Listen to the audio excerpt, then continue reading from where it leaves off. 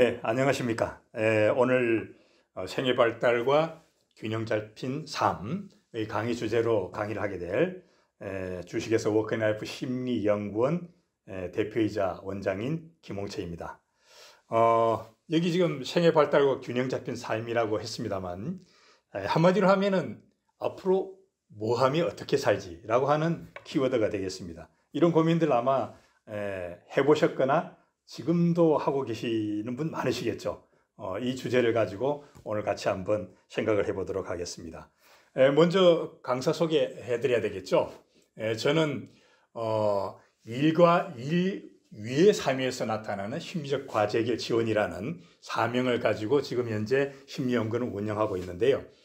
전 77년도에 부산대학교 화학공학과를 졸업을 하고 바로 LG로 입사를 해서 30년간 근무를 하고 임원으로 퇴직한 다음에 50이 넘어서 심리학 공부를 시작을 했습니다. 심리학 학사부터 시작해서 석사, 박사까지 과정을 마치고 아직까지도 개인적으로는 계속 공부를 하고 있습니다. 그 사이에 여러 가지 그 활동을 했습니다만은 어쨌든 심리적 과제 해결을 도와드려야 되겠다라는 관점에서 저 자신의 그 입장을 생각을 해서 특히 중년 이후의 삶, 제 주 관심 분야입니다. 그러면은 구체적으로 어떤 것들을 하느냐, 제 강의 분야입니다만은 심리학의 여러 가지 분야들에 대해서 강의를 하고 있습니다. 물론 지금 현재 심리학 아주 기초적인 개요부터 시작해서 금요 심리까지 12주차 강의도 하고 있고요. 부분 압축을 해서 전달을 하기도 하고 있습니다. 그 다음에 이제 이러한 심리학 기반 위에서 어떻게 생애 설계를 하고 그리고 생애 설계 영역 간 조화를 추구할 것이냐라고 하는 부분에 대해서 또 역시 강의 주제로 잡고 있습니다만 이 내용은 구체적으로 들어가면은 대인관계 심리와 갈등 관리, 가족관계 포함입니다. 그 다음에 스트레스 관리와 마음건강, 그 다음에 일과 여가, 그 다음에 생애 자금 관리와 소비행동 심리 이렇게 나눠서 강의 분야를 가지고 있는데 오늘 아마 강의 내용들은 대부분 이쪽하고 연계가 될 걸로 이렇게 생각이 됩니다. 자연스럽게 이제 일과 여가에 관한 부분까지 포함해서 말씀을 드려야 되는데 오늘 이제 주제죠, 그죠? 생애 발달과 균형 잡힌 삶인데 오늘 그럼 뭘 할 거냐? 전생에 걸친 태어나서 죽을 때까지 전생에 걸친 심리적 측면의 발달과 과제가 뭔지 한번 알아볼 겁니다. 그런 다음에 균형 잡힌 삶을 위해서는 나름대로 어떤 나의 가치관 그리고 인생관이 굉장히 중요합니다. 그것과 생애 설계 그리고 삶에 있어서 행복 조건을 한번 점검해보고 그 다음에 그러한 균형 잡힌 삶의 장애물이 있습니다. 여러 가지 걱정, 불안, 고뇌의 대상물이죠. 그걸 어떻게 관리할 거냐 이런 걸 간단하게 알아볼 겁니다. 왜 알아보느냐? 50 플러스 세대로서 자기 자신의 삶의 균형과 그 다음에 자기관리 역량을 강화시키자라고 하는 측면에서 목적을 두고 이런 내용을 살펴볼 겁니다. 자, 균형 잡힌 삶이라고 해서 지금 쭉 강조해서 말씀을 드리고 있는데 여러 가지 생각해야 될 이슈들이 있습니다. 우선 균형이라고 하는 게 사실상 흔히 이제 영어로 하면 밸런스입니다. 밸런스인데 밸런스라는 거에는 양적 개념이 많이 들어가 있어요.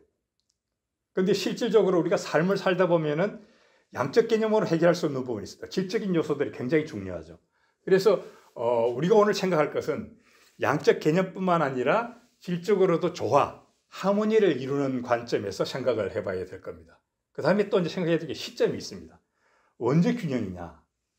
오늘의 균형만 생각하면 되느냐? 아니면은 미래의 어느 시점의 균형만 생각하면 되느냐? 아니면 일생 동안의 어떤 균형을 생각해야 되느냐? 이런 또 시점의 문제가 있는데 오늘 여기서 다룰 것 그리고 앞으로도 우리가 이렇게 관심을 가지고 봐야 될 것은 어느 순간의 균형이 아니라 삶의 비교적 폭넓은 기간 동안의 균형을 생각을 해야 정말 만족스러운 삶, 행복한 삶으로 접근할 수 있다고 봅니다. 자, 또 무엇과 무엇의 균형을 만들 것이냐라는 것도 또 생각을 해봐야 됩니다.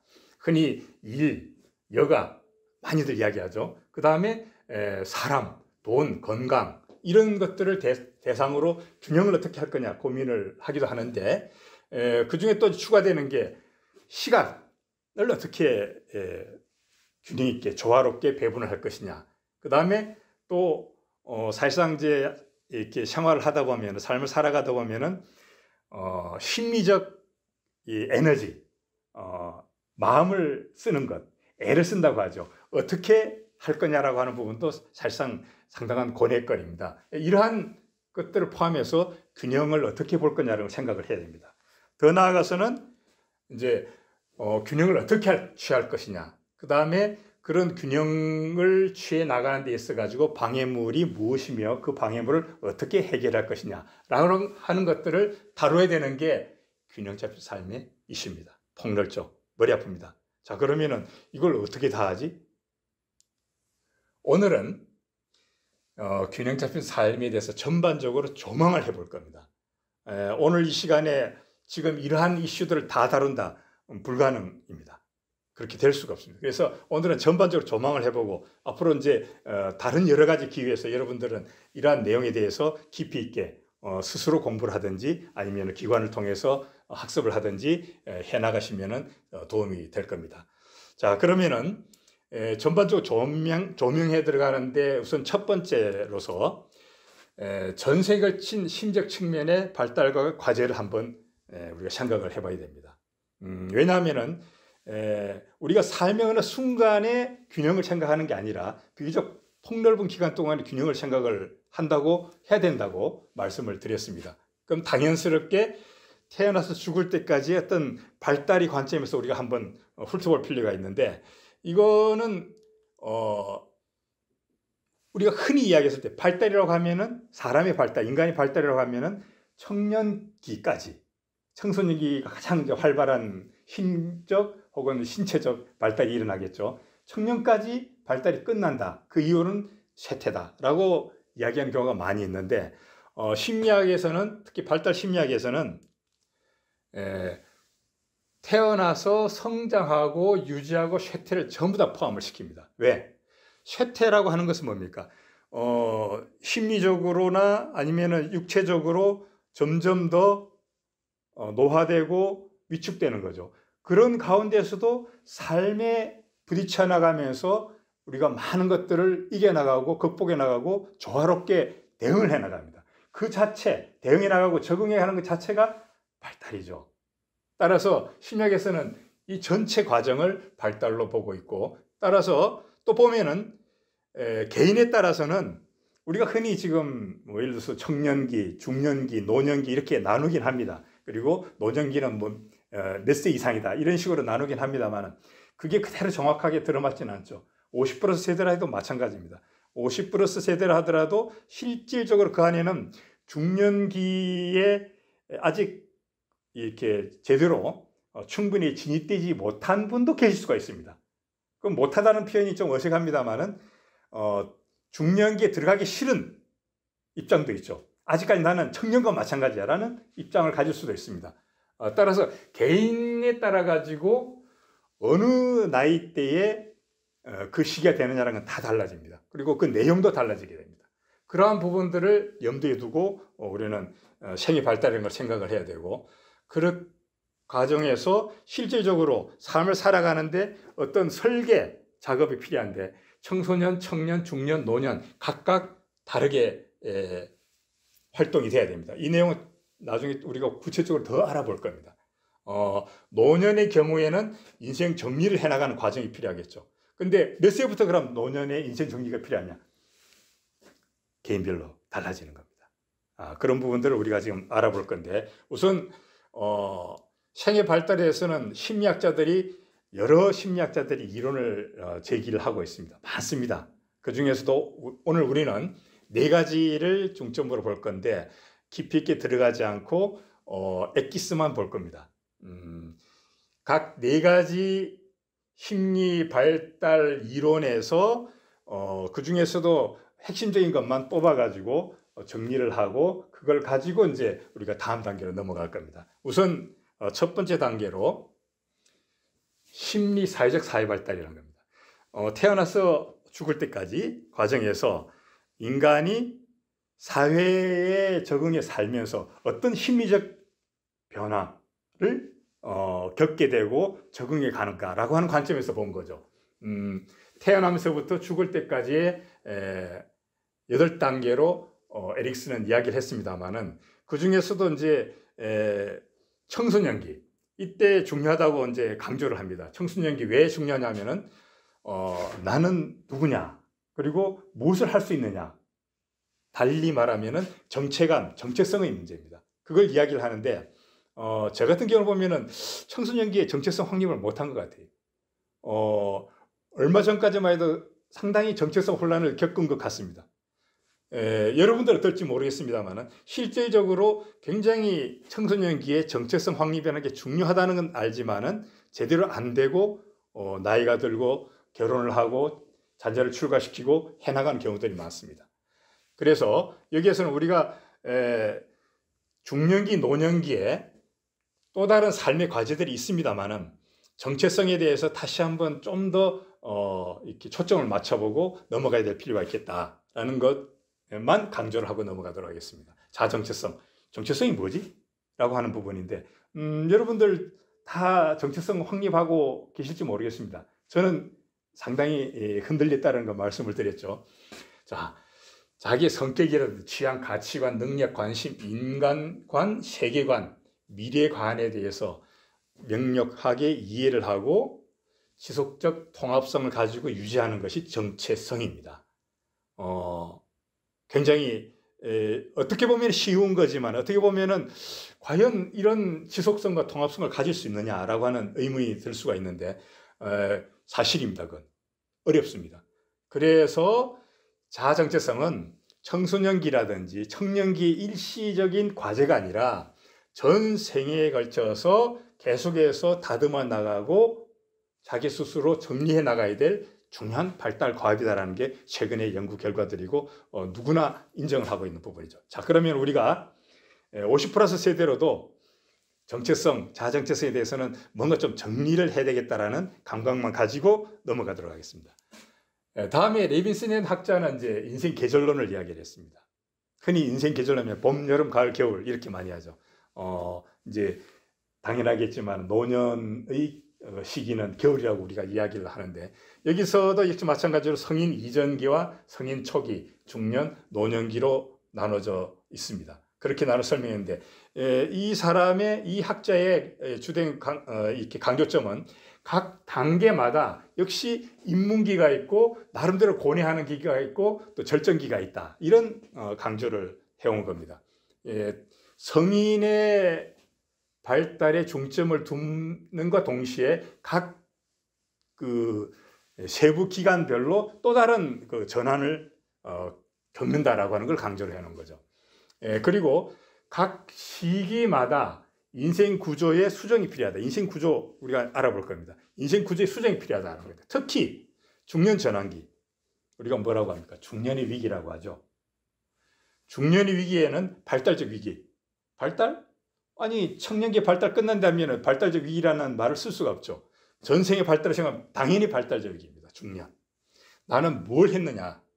그리고 지금 현재 어디에 와 있느냐. 그리고 나는 사회에 다른 사람한테 혹은 나 자신에게 어떤 가치가 있는 사람인가 라고 하는 부분들에 대해서 근원적인 질문을 하고 고민을 하게 됩니다. 그게 중년의 위기죠. 남자 여자 마찬가지입니다. 다 있습니다.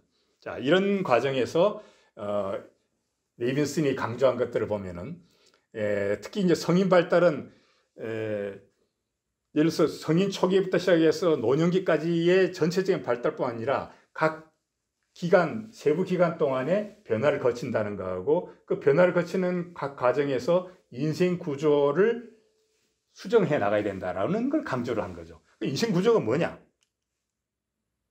중심 요소와 주변 요소를 나눌 수가 있는데 중심 요소는 결혼과 가족 형성 그리고 직업 이게 중심 요소입니다.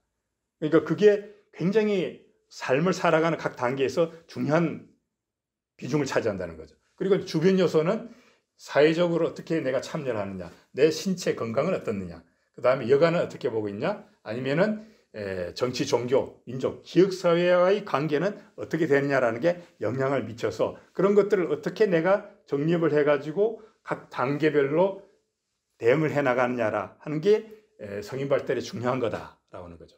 자, 그렇다면은 우리는 여기에서 성인 발달의 50 플러스 세대도 마찬가지로 성인 발달의 어느 단계에 지금 내가 위치해 있느냐, 그리고 그 시기에 어떤 인생 구조의 하나의 이미지를 가져야 되느냐라고 하는 것들이 이제 머릿속에 퀘스천 마크 혹은 답으로서 가지고 있어야 된다라는 것만 가지고 이제 넘어갈 겁니다. 그런데 여기서 우리가 주의해야 될 게 있습니다. 지금까지 이야기는 대부분의 남성들한테는 잘 맞아 들어갑니다. 근데 동서양을 막론하고 여성의 경우에는 좀 다른 변환기에 갈등을 느끼게 되죠. 여성의 경우에는 특히나 성인기에 전통적으로 가정주부상을 가지고 있느냐, 아니면은 전통적인 상에서 벗어난 어떤 반전통적 여성상, 흔히 이야기해서 슈퍼우먼의 그 이미지를 가지느냐에 따라서 굉장히 달라집니다. 여성의 경우에는 인생 주기 과정에서 그러한 두 가지 이미지의 갈등을 끊임없이 합니다. 나는 아니야. 나는 그냥 가정주부로서의 상을 가지고 지금까지 살고 앞으로도 살 거야. 그런 분들도 계시겠지만은 그렇게 정리하는 과정에서도 한때는 흔들렸을 가능성이 있는 거죠. 그런 거에서 어떤 이미지를 우선으로 두고 내가 그러니까 거기에 내가 삶을 비중을 뒀느냐에 따라서 그리고 또 그때 나타난 갈등을 어떻게 했냐에 따라서 인생이 많이 달라질 수가 있습니다. 50 플러스 세대도 고민할 수도 있습니다. 그건 사람마다 다 다르기 때문에 혹시 고민이 된다면 전체적으로 이런 관점에서 내가 지금 흔들리고 있구나. 그렇다면 나의 앞으로 삶의 이미지는 어떤 것에 비중을 두고 어떤 비율로 볼 것인가 라고 하는 부분도 한번 정리해 둘 필요가 있습니다. 자, 또 하나의 이제 생애 발달 이미지가 있습니다. 이 슈퍼라고 하는 진로 발달 이론가인데요. 이 학자 이야기는 태어나면서 죽을 때까지 각각 성장하고 탐색하고 확립하고 유지하고 쇠퇴한다라고 하는 큰 사이클을 돈다라고 하는 걸 이야기를 했습니다. 이건 뭐 우리가 상식적으로도 공감을 할 수가 있는 부분이죠. 그런데 그 사이에 여러 가지 역할들이 쌓이면서 무지개처럼 삶을 그려볼 수 있다라는 겁니다. 그 역할들을 보면은 첫 번째, 태어나서 부모님이 돌아가실까지 자녀의 역할을 하게 돼 있는 거죠. 그런 다음에 뭐가 되겠습니까? 일정 시기에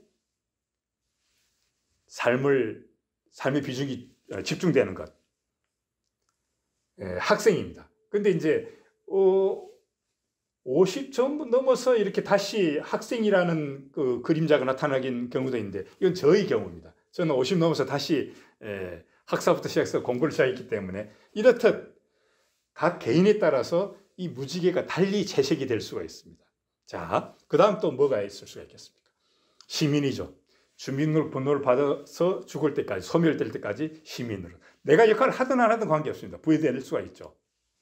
그 다음 취업에서 퇴직할 때까지 직업인으로서의, 직장인으로서의 역할을 수행을 하게 됩니다. 그 다음에 결혼하고 나면은 배우자로서의, 그리고 자녀를 놓고 나면은 부모로서의 역할, 이런 것들이 주어지는데 여기서 한 가지 우리가 더 놓치기 쉽지만 꼭 알아야 될 것, 여가인. 어릴 때 가장 중요한 해야 될 것 뭐냐? 다른 모든 걸 떠나서 놀이입니다. 잘 놀아야 됩니다.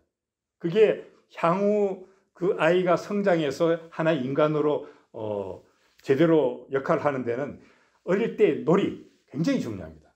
근데 그러면은 어른이 되고 나서 놀 필요가 없느냐? 아닙니다. 태어나면서부터 죽을 때까지 놀이라고 하는 것, 여가인이라고 하는 사명, 역할은 반드시 존재해야 되고 중요한 요소입니다. 여가를 통해서 우리는 뭘 느낍니까? 재미라는 걸 느끼거든요. 재미는 느끼는 겁니다. 재미가 없는데 누가 아무리 뭐라고 해도 재미없는 겁니다. 그것은. 그 부분은 이제 우리가 다시 한번 잠시 더 훑어볼 가능성이 있습니다. 자, 그러면은 나는 어떻느냐이죠. 나는 가정을 돌보는 사람으로서의 역할을 최우선 둘 거냐, 아니면은 노는 사람, 봉사자, 직업인, 시민, 배우자, 부모, 자녀 여러 가지 있고 이 외에 나는 내 역할을 이렇게 정해야 되겠다라고 할 수가 있습니다. 그런 것들을 다 나름대로 생각을 해서 정리한 다음에 어떤 나이대에 어떻게 내가 비중을 두고 있는지를 살펴볼 필요가 있는 거죠. 이건 이 생애 역할 무지개상에서 우리가 고민해야 될 것은 각 발달 단계별로 역할의 비중을 어떻게 조정해 나갈 것이냐. 어느 단계에서는 직업인으로서의 역할을 굉장히 비중을 두고, 어느 단계에서는 여가인으로서의 역할을 굉장히 비중을 두고, 이러한 것들, 그리고 어느 단계에서는 어떤 역할은 빼버리고 어떤 역할을 새로 집어넣고 하는 내용들을 정리해 볼 필요가 있는 거죠. 발달 과정에서 중요하게 내 역할을 정리해 봐야겠다라는 부분이죠. 하나의 예를 들어 보겠습니다. 생애에 걸친 역할의 밸런스. 역시 성장기에서부터 쇠퇴기까지 우리가 이야기를 해볼 수가 있는데, 저의 경우를 이야기하면 이제 중요한 건 확립기후죠. 이제 취업한 이후에 이런 내용들인데, 하나하나 설명하면서 저를 소개하는 거니까 굳이 필요 없을 것 같고, 저는 이제 쇠퇴기에 들어가 있습니다만은 앞에 나와 있는 것들은 각 역할별로의 양적인 비중을 이야기를 하고, 이 뒤에 부분은 지금 현재 저의 질적인 비중을 이야기를 하고 있습니다. 특히 양적으로는 제가 한 5% 정도 시간을 투여를 합니다만 질적으로는 15%의 비중을 두고 있는 게 봉사자로서의 역할입니다.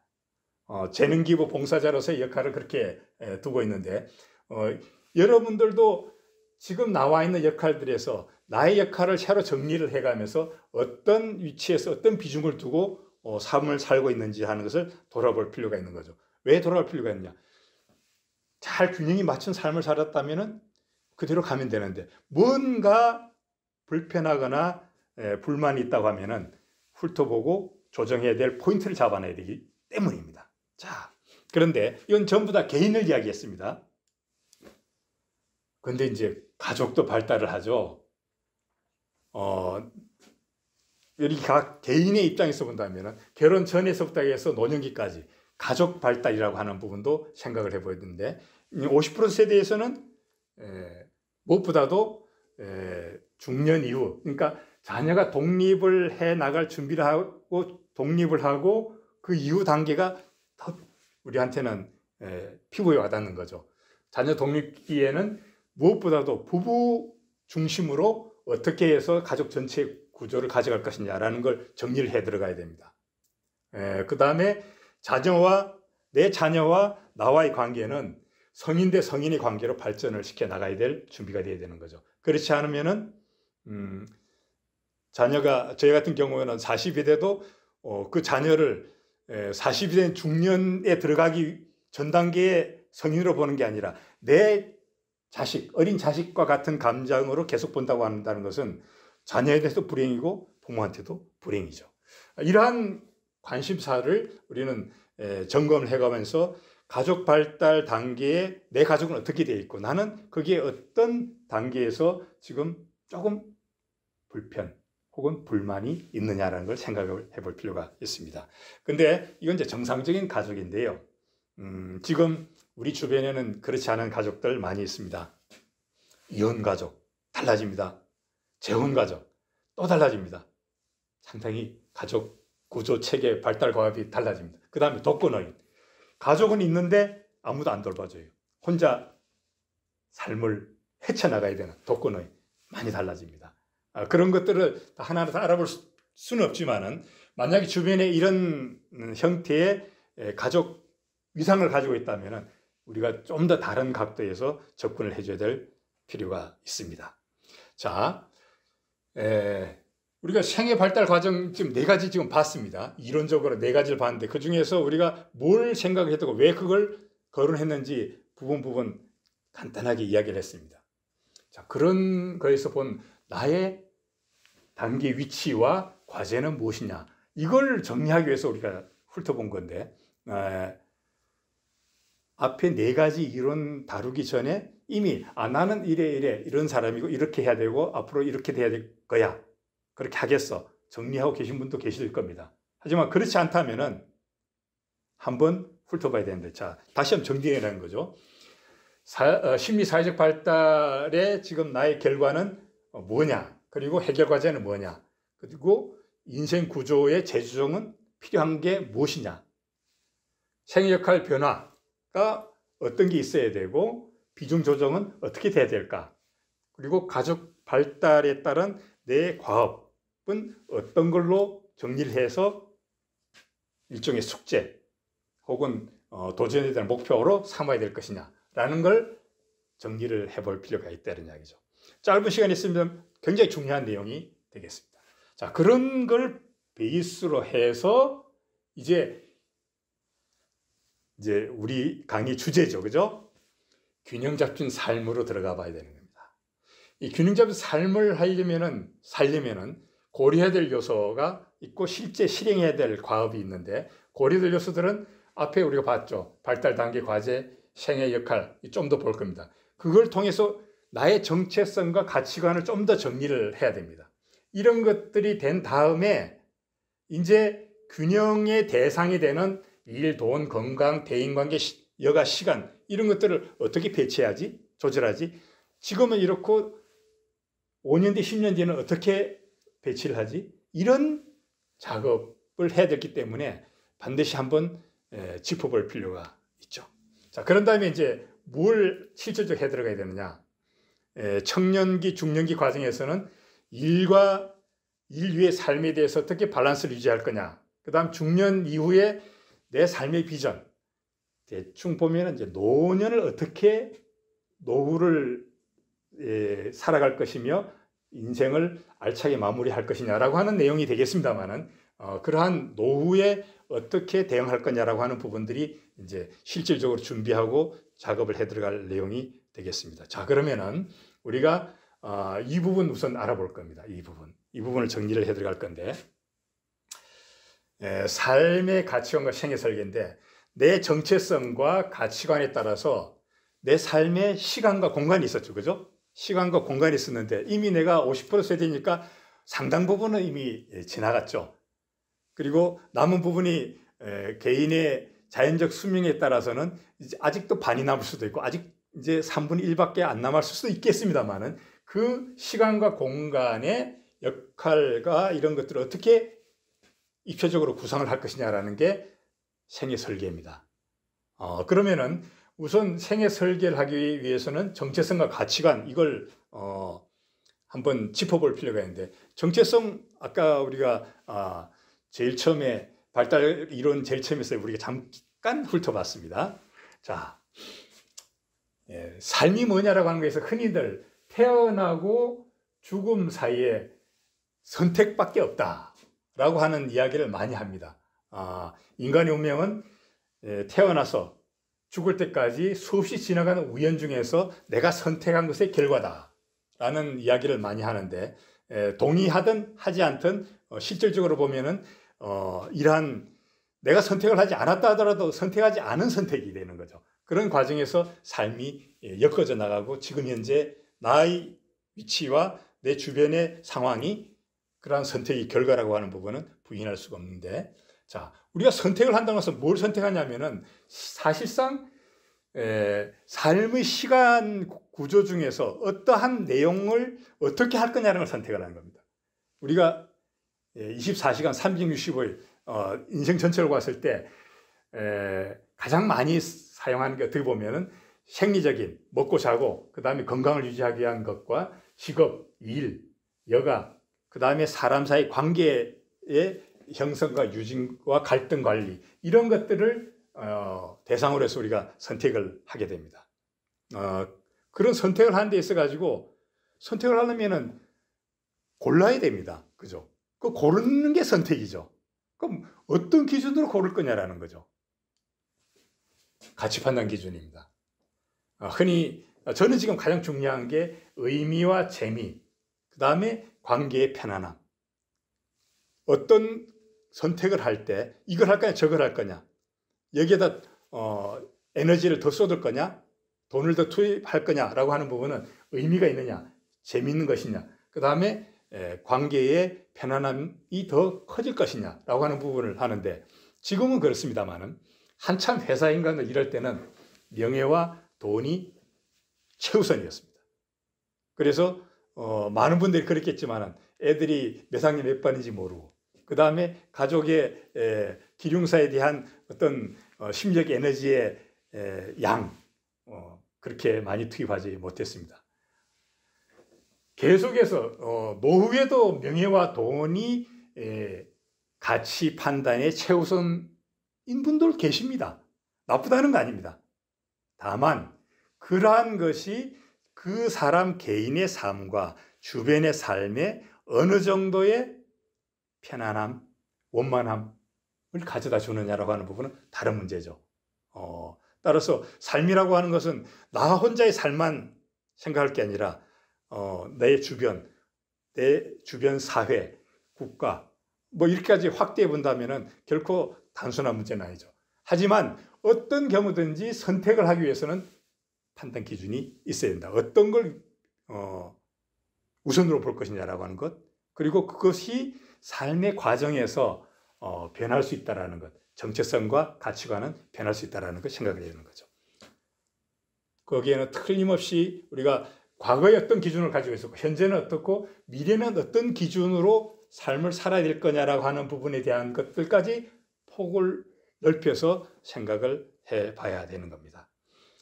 지금 현재 선택을 할 때는 미래에 지금의 선택이 어느 정도 새로운 선택의 경우의 수 혹은 이 포텐셜을 만들어 줄 거냐라고 하는 부분으로 생각한다는 거 중요하죠.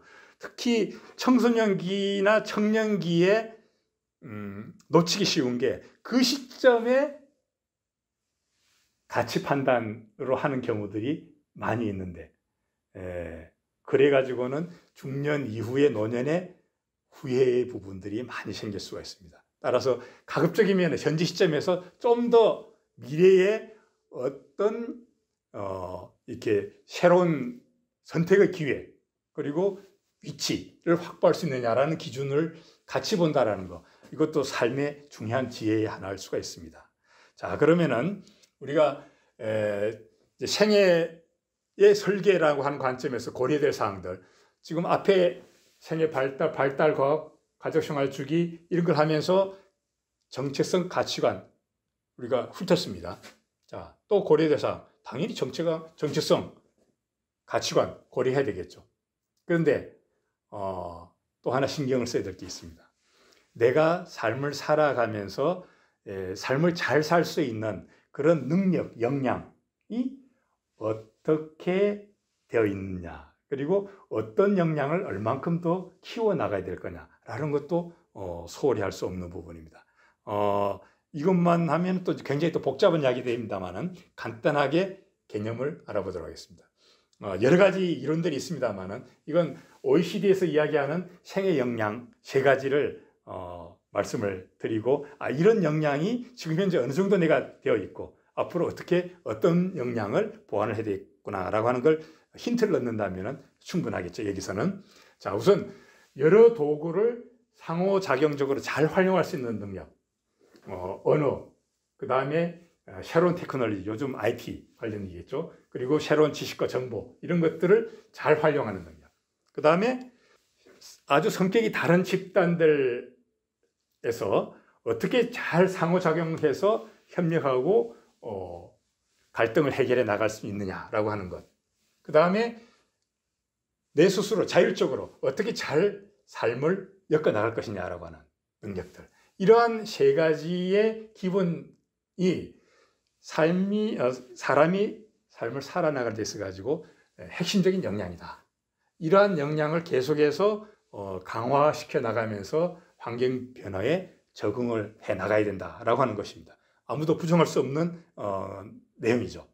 그럼 나는 어떻느냐라고 하는 부분에서는 이제 자기 성찰을 한 번씩 해볼 필요가 있을 겁니다. 그러한 것들을 가지고 이제 생애 설계를 해야 되는데, 생애 설계 영역, 여러 가지 이야기를 할 수가 있습니다. 50% 재단은 5가지 이상으로 이야기를 하고 있고 또 일부에서는 8가지로 나눠서 이야기를 하기도 합니다. 그럴 경우에는 이제 예를 들어서 재무 같으면은 돈 문제와 여기 주거를 따로 빼서 이야기하기도 하는데 저는 이제 5가지로 정리를 했습니다. 일과 여가, 그 다음에 건강, 대인관계, 재무, 주거 포함입니다. 이제 여가도 단순 놀이와 봉사, 사회, 공헌 이걸 또 나눠볼 수도 있는데 여기서는 같이 묶어서 정리를 해봤습니다. 이러한 내용들에 대해서 이제 우리가 설계를 해야 됩니다. 그런 요소들이 설계가 잘 돼야 균형적인 삶에 한 발짝 내디딜 수가 있습니다. 그런데 이 각각의 설계에만 초점을 맞출 게 아니라 이 각각의 영역이 뭔가 또 조화가 돼야 됩니다. 한마디로 얘기해서 자, 일은 이렇게 하겠다고 설계를 하고 혹은 여가 활동은 앞으로 이렇게 하겠다고 했는데 이게 받쳐주지가 않습니다. 안 되죠. 할 수가 없죠. 그러면 맞춰서 일과 여가의 설계죠. 50 중반에 그만두고 이제 여가를 즐겨야지. 근데 안 맞아 들어가면 50 이후에 일을 해야죠. 일 중에서도 보상이 있는, 즉 돈을 받을 수 있는 수익이 발생되는 그런 일을 계속 해야죠. 예. 그렇지 않고 이 부분이 중요하다면 일을 줄이되 이제 그 부분에 자금을 투입할 수 있는 여유 조건을 어떻게 만들 것이냐 고민이 되죠. 따라서 바란스가 필요합니다. 그 바란스를 각각 고민을 해봐야 되는데 이제 일과 여가, 그다음 건강, 대인관계, 재무, 일, 여가 따로 있는 부분을 하나 묶었습니다. 왜냐하면 이 부분은 시간축이라는 관점에서 굉장히 밀접한 관계가 있습니다. 일에 시간을 많이 두면은 여가의 시간이 줄게 되어 있습니다. 그렇기 때문에 묶어서 우리가 좀 생각을 해야 됩니다. 키워드죠. 앞으로 뭐하며 어떻게 살 것인가라고 하는 부분. 그 다음에 몸과 마음 편안한가? 사람 사이 관계 원만한가? 돈 관리 잘하고 있는가? 이런 키워드를 가지고 나름대로 정리를 해봐야 됩니다.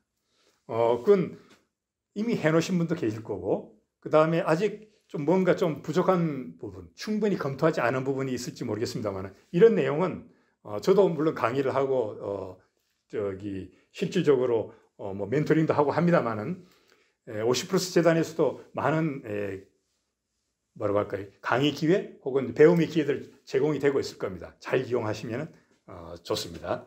자, 이제 조화를 고려를 한다고 하더라도 실질적으로 어떻게 통합해서 실질적인 작업을 해 나갈 것이냐라는 게 이제 또 남는 숙제가 됩니다. 자, 생애 발달에 따른 인생 비전 작업이에요. 통합 과정이죠.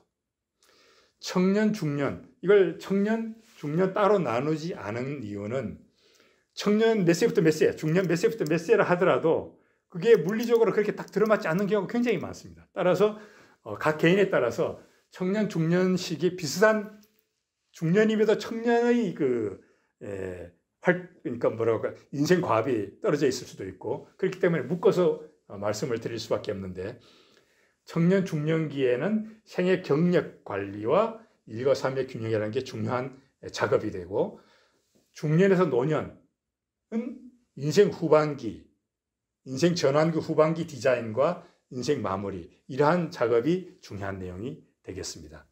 좀 더 나눠서 보면은 청소년기는 이제 빼고 청년, 중년기에는 생애 경력 디자인과 생애 전환기 후반기 디자인을 해 들어가야 되고 노년기가 이제 따로 있습니다만 우선 청년, 중년기 이 중에서도 앞에 차트에서 잠시 말씀드렸다시피 일과 삶의 균형, 특히 직장인들 일과 삶의 균형에 대해서 굉장히 이야기들을 많이 하죠.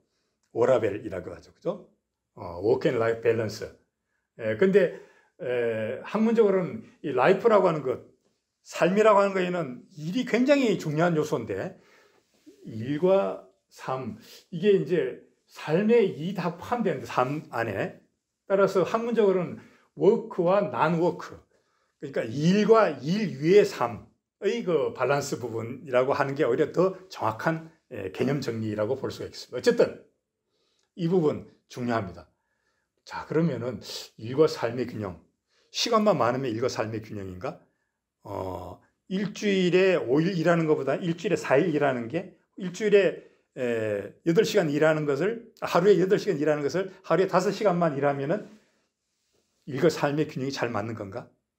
그렇지 않죠. 균형이라고 하는 부분이 무엇과 무엇의 균형이냐라는 거죠. 일을 중심으로 해서 봤을 때 일과 가족, 일과 나 자신, 일과 놀이 혹은 여가 이 관계의 비중이 어떻게 돼 가느냐라고 하는 부분을 생각하는 것이 일과 삶의 균형이고 일, 가족, 자기개발, 놀이의 4대 영역으로 볼 수 있습니다. 이 사이에 어떤 비중을 둘 것이냐는 것은 아까 말씀드렸다시피 삶의 발달 과정에서 어떤 위치에서 어떤 역할을 가지고 어느 정도 에너지를 투입을 해야 될 것이냐라고 하는 부분들의 고민과 거의 유사하죠. 특히 직장을 한참 직장인으로서의 직장인이 뭡니까? 나는 나가기 싫어도 나가서 하기 싫어도 어떤 역할을 요만큼만 하고 싶은데 이까지 해내지 않으면 안 되는 과업이 생기는 것들이죠. 자기 마음대로 할 수 없는 부분이 따라서 더욱더 이런 부분들에 대해서는 스스로 잘 정리를 하고 경우에 따라서는 저 같은 경우에는 일정 시기에는 일에 대한 비중이 무지 높았습니다. 시간 투입도 가장 많았고 에너지 투입도 가장 많았습니다. 그때 과연 워크앤라이프 밸런스가 무너졌느냐? 저는 지금 생각하면 그렇지 않은 것 같아요. 만약에 제가 지금 다시 그때 돌아가더라도 그렇게 했을 것 같아요. 할 것 같아요. 왜? 그게 베이스가 돼서 지금 현재의 삶의 충만함, 탄탄한 기초가 되어 있거든요. 그럼 지금 이런 확신을 가지고 있는데 그때 가서 왜 이런 시간에 더 투입을 할 거냐? 저로서는 도저히 하지 않을 짓 같습니다. 이건 이제 개인마다 다릅니다. 무엇에 따라서 그 사람의 정체성, 가치관에 따라서 달라지는 거죠. 그래서 정체성, 가치관이 중요한 겁니다. 자, 어떻게 해야 된다고 저는 절대 말할 수 없습니다. 다만 일과 삶의 영역 균형을 생각을 해야 되는데 여기에는 조금 전에 잠시 제가 언급해 드렸습니다만 과거와 현재의 워크 앤 라이프 밸런스 그리고 미래의 바람직한 워크 앤 라이프 밸런스 말씀드렸죠. 강조해 드렸죠. 생각해야 됩니다.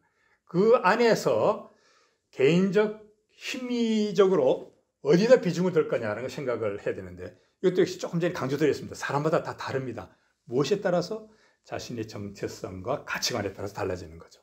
그리고 무엇을 질적으로 배분을 할 것인가 시간, 에너지 경우에 따라서 시간은 어쩔 수 없이 하루 10시간 직장에 매여서 붙어있다 하더라도 심리적 에너지는 달리 둘 수도 있죠. 그리고 어떤 경우에는 사실상 파트타임으로서 2시간, 3시간밖에 일할 기회를 잡지 못한다 하더라도 심리적 에너지나 이런 부분들을 훨씬 더 집중적으로 가져갈 수도 있습니다. 그걸 통해서 다음의 일에 대한 자기 포텐셜을 엄청나게 키워나갈 수도 있는 거죠. 자, 그런 부분들을 생각을 해야 되는 겁니다. 자, 다음 일과 삶에서의 그 충돌. 일과 삶이라고 했습니다만은 여러분들 벌써 이제 딱 염두에 두셔야 됩니다. 뭐 일과 가족, 일과 나의 발전, 나 자신, 그 다음에 일과 여가. 그러한 거에서 서로 충돌되는 게 있습니다. 제일 많이 충돌되는 게 뭐냐? 일과 가족이죠. 특히 결혼하고 나면 일과 가족 충돌이 제일 많이 됩니다. 그 다음에 젊은 세대에서는 이제 일과 놀이, 이 충돌이 많이 됩니다. 세계 일주를 한번 해보고 싶은데 그러려면은 적어도 아무리 빨라도 한 달 반은 필요해. 한 달 반 휴가를 못 내. 회사를 그만둬? 이런 고민들 필요한 고민이죠. 하지만 미의 바람직한 일과 인류의 삶에서의 바란스를 봤을 때 그게 과연 어떤 비중을 둘 수 있느냐라고 하는 것. 그건 이제 생각해 봐야 되겠죠. 무엇에 따라서 자기 자신의 정체성, 가치관. 그 식의 가치관이 아니라 감점의 폭을 넓게 봤을 때의 가치관. 두고 본다면은 그게 미래에 어떤 기회를 주느냐 달라질 수가 있을 겁니다. 그게 포인트죠. 자, 그래서 우리는 나의 정체성, 가치관, 생애 발달, 그 일단 생애 역할 이런 것들을 고려하고 지금 현재가 아닌 생애 전체의 관점에서 균형과 조화를 생각을 해야 중년 이후 노년에 들어왔을 때 삶 전체를 조망해 봤을 때 그래도 참 잘 살아왔어. 중요한 행복 포인트죠. 만약의 경우에 이게 허물어지고 나면은 그때 이럴 걸 후회가 많아질 수 있는 거죠. 그게 에릭슨의 발달 8가지 단계에서 노년기 8단계죠. 노년기 과정에서 잘못하면은 그렇게 될 수 있다는 경고를 하고 있는 부분이기도 합니다. 자, 지금 현재 말씀드린 것은 청년과 중년의 그 사이 혹은 청년과 중년 그 시기를 말씀을 드린 겁니다. 근데 이제 중년, 노년 개인에 따라 다르다고 했죠. 이 사이의 과제를 가지고 이제 잠시 훑어볼 건데 중요한 것은 중년 이후에 새로운 인생 비전 디자인 이거 반드시 한번 점검해야 됩니다. 청년기와 같이 꾸준히 계속해서 가져갈 수가 없습니다. 왜 가져갈 수가 없느냐? 자, 우선 무슨 일을 언제까지 할 것이냐 이건 자기 의지죠. 혹은 무슨 일을 언제까지 할 수 있느냐 타이에 간 거죠. 사실상 하고 싶어도 등 떠밀려 나가야 되는 경우가 많이 있습니다. 그리고 또 등 떠밀려 나왔다 하더라도 쉴 수 없고 뭔가를 하지 않으면 안 될 경우가 생길 수 있는 거죠. 자, 이 직업에 대한 것은 나의 경제적 준비 혹은 주위의 시선에 따라서 달라질 수가 있습니다. 나는 쉬고 싶은데 주위에서 그리고 쉬어도 될 만큼 경제적 여력이 있는데 주위에서 쉰다는 것에 대해서 굉장히 부정적 혹은 주의라고 하는 부분은 가족 포함입니다.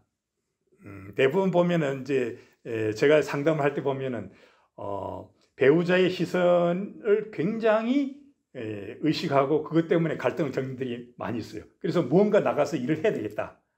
집에 도저히 못 있겠다라고 하는 것 때문에 직업을 찾는 경우들이 있는데 그거 굉장히 중요한 요소들입니다. 그 다음 가정 내에서의 문제, 특히 부부 권력 밸런스 중요합니다.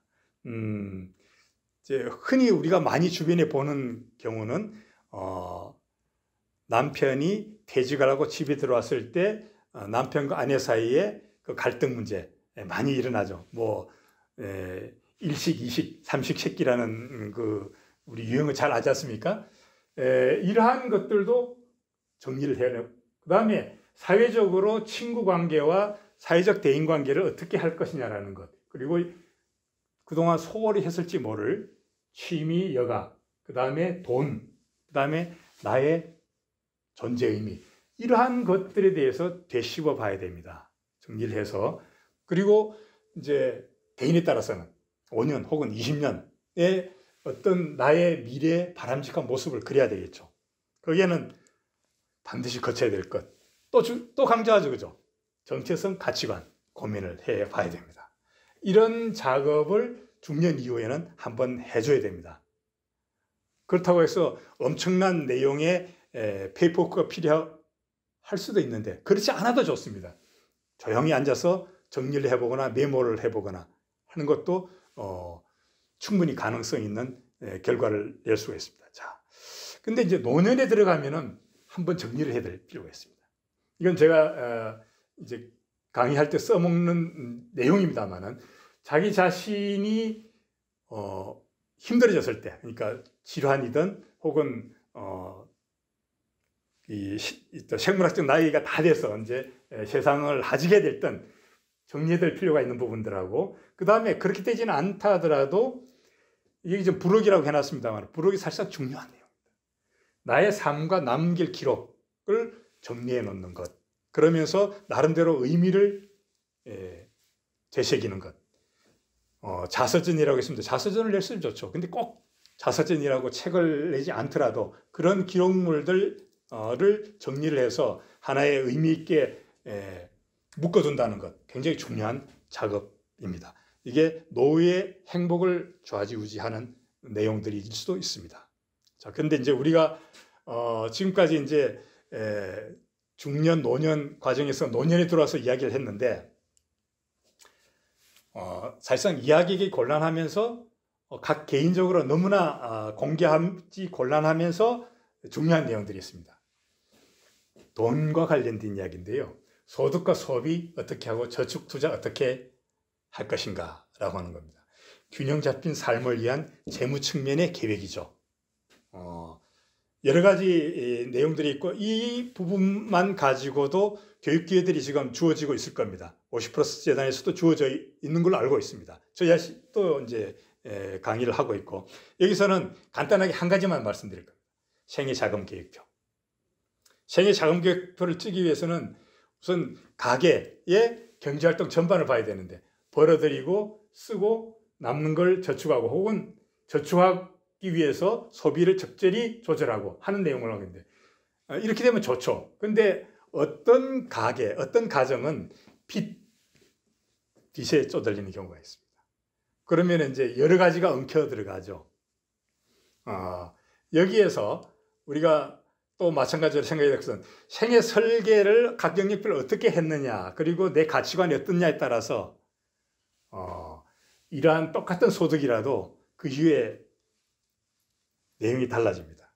똑같은 소득인데 왜 나는 저 사람보다 더 힘들고 저 가족보다 더 힘들지라고 하는 것은 여기에 차이가 있을 수가 있습니다.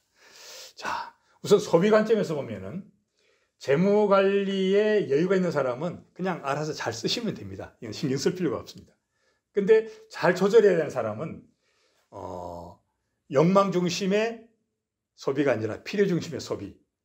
욕망 중심의 소비를 왜 제가 거론하냐면은 이 심리학 관점에서는 각 개인의 욕망은 그 개인 정말 진짜 욕망이 아니라 타인의 욕망일 가능성이 많다. 광고에 의해서 만들어진 억지로 더 씌워놓은 욕망일 가능성이 많다. 이거 필요해, 사고 싶다라고 하는 건데 진짜 필요한가? 삶에 필요한 거냐? 꼭 필요한 거냐라고 하는 부분. 슬기로운 소비 생활이 필요할 거고 그 다음에 이제 길어서는 안 되는데 빚이 많다. 빚이 지금 현재 허덕이고 있다라고 하면은 이건 이제 달라지죠. 빚부터 정리해야 되는 거죠. 이러한 소비만 하더라도 어떤 가치관에서 생애 설계하에서 지금 위치에 되느냐에 따라서 달라지는 거죠. 그 관점을 가지고 우리는 자금 계획을 해야 됩니다. 복잡하죠. 복잡하니까 이제 좀 크게 우리가 나눠서 생각해 보겠습니다.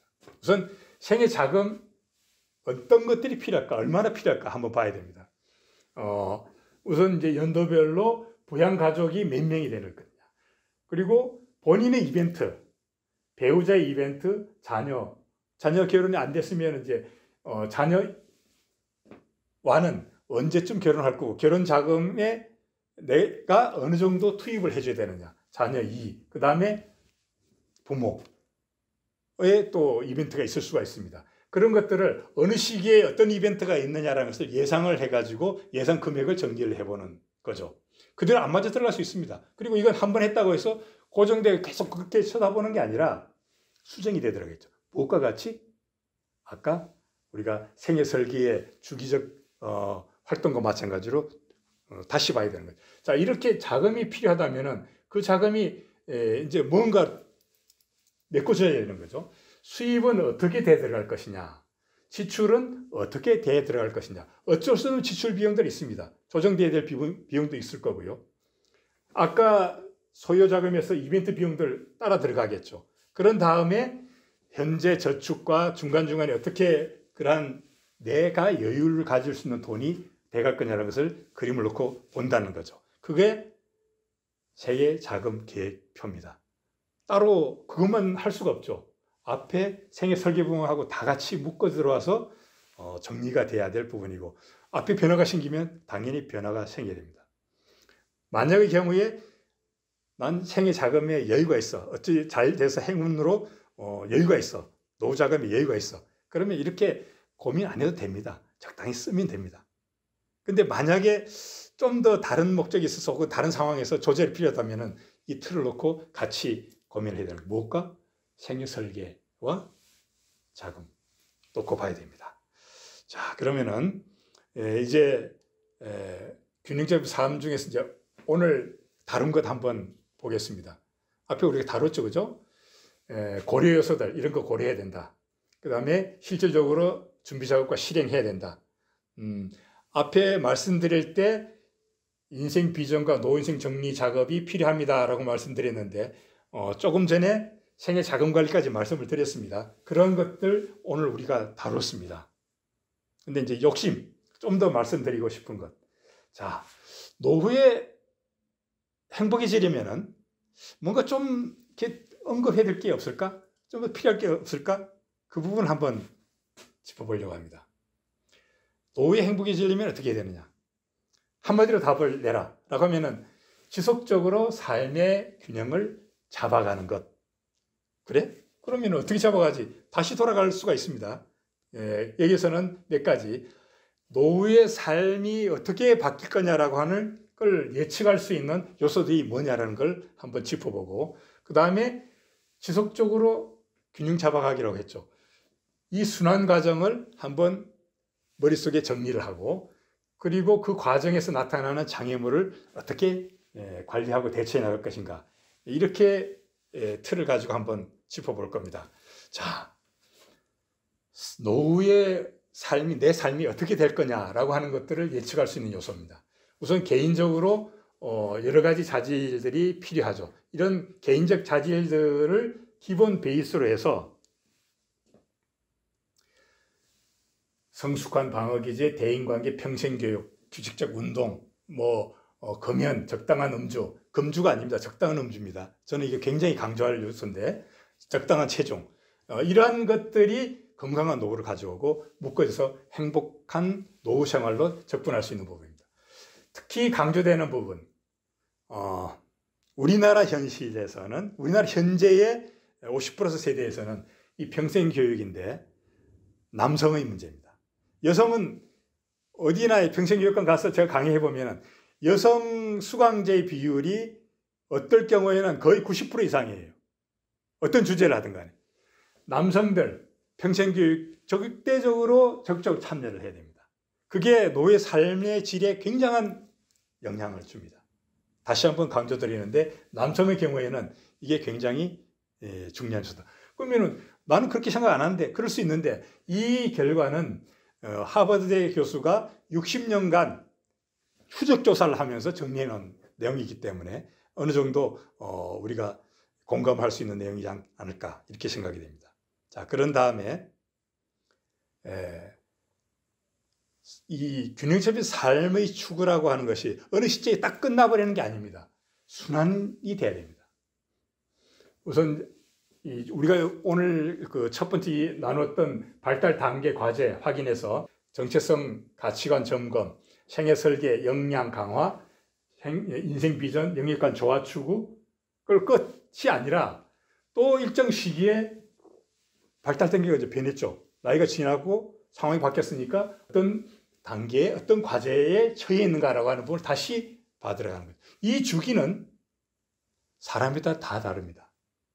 그리고 대부분 노년기에 들어오면 사이클이 늦어집니다. 근데 청년기, 중년기 들어가면 아직도 좀 빨라져야 되겠죠. 근데 불행하게도 이 단계에서 방해물이 존재를 합니다. 이것 때문에 고뇌하고 슬프고 화나고 걱정되고 불안하고 한 거죠. 자, 어떤 것들이 있을까요?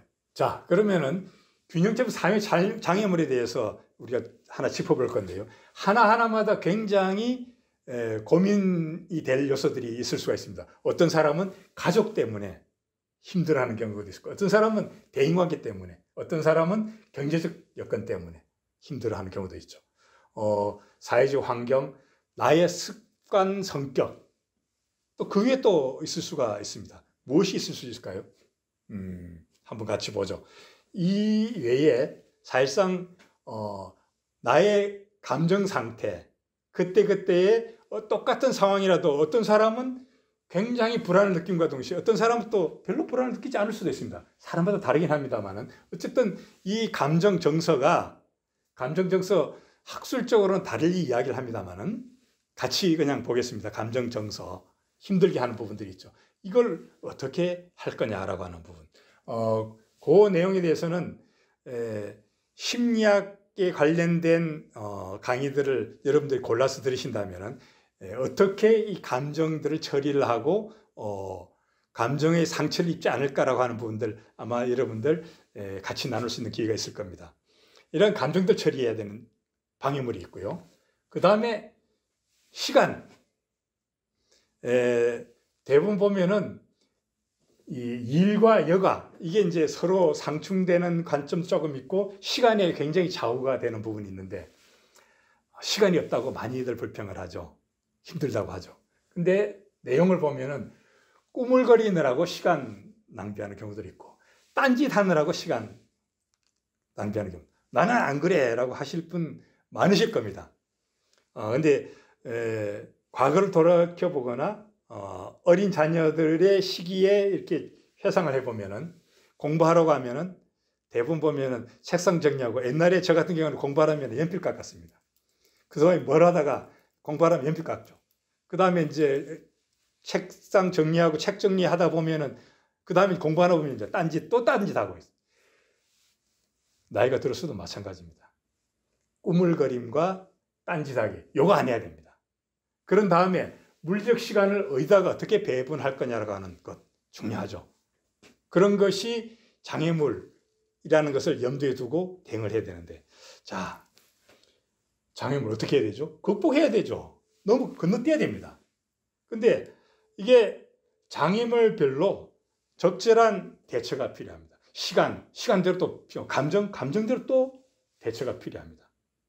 근데 그런 것들을 하나하나 다 다뤘으면 좋겠습니다만은 다음 기회에 미루고 공통적으로 어떻게 하면은 좀 더 이렇게 나이 들어가면서 잘 나이 들어갈 수 있을까라고 하는 부분이죠. 다른 이야기를 하면 균형 잡힌 삶의 장애물 극복에 도움이 되는 것이라고 이야기해 볼 수가 있는데 생물학적 측면에서는 가급적 빼겠습니다. 심리학 측면에서의 여러 가지 내용들, 그 다음에 삶의 지혜, 그 다음에 영성. 이 영성은 종교적인 데 초점을 맞춰진 게 아닙니다.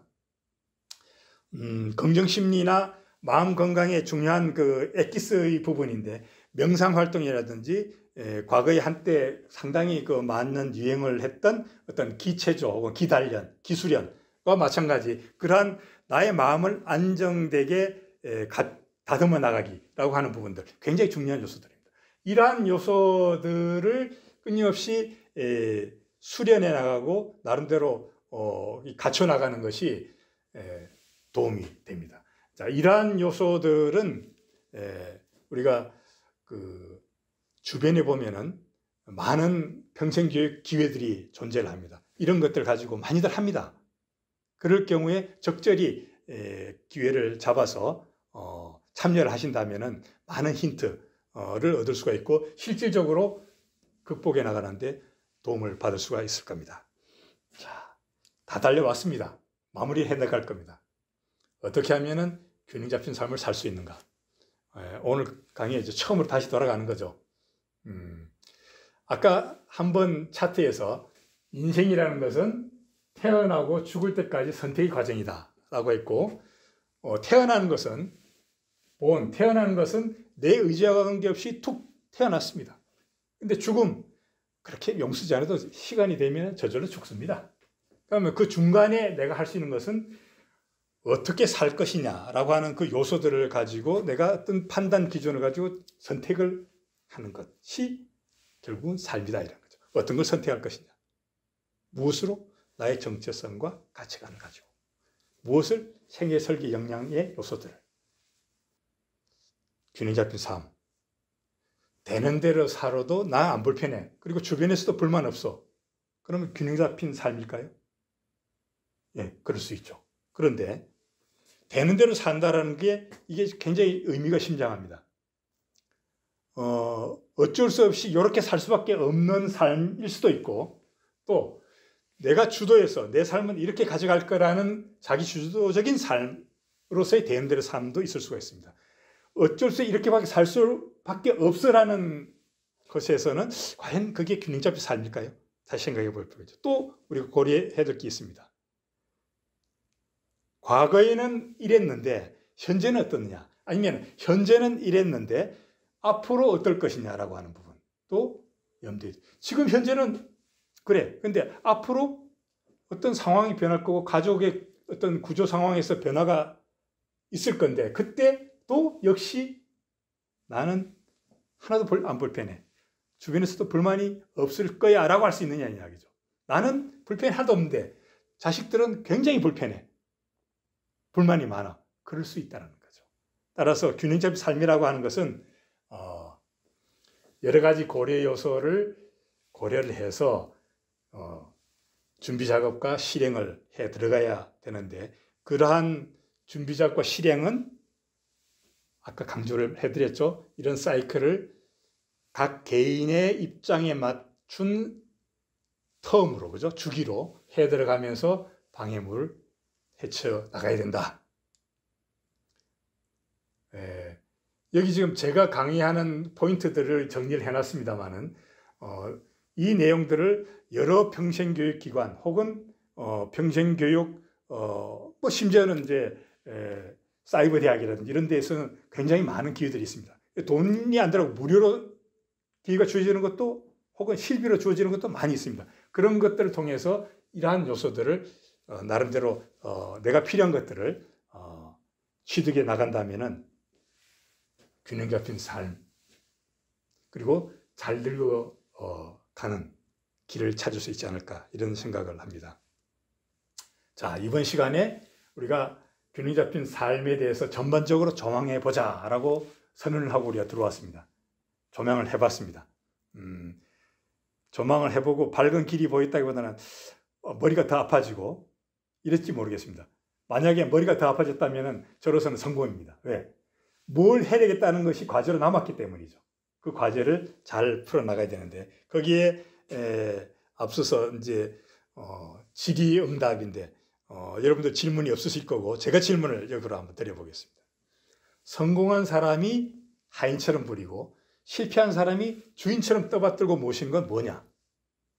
이 답을 구해보면은 뭐 돈이라는 사람도 있고 아니야 시간이라는 사람도 있고 있을 수 있습니다. 그럴 수 있죠. 근데 제가 제시하고 싶은 답은 습관입니다. 습관. 성공한 사람은 좋은 습관을 하인처럼 부리고 실패한 사람은 나쁜 습관을 주인처럼 떠받들고 그 습관을 깨지를 못하는 거죠.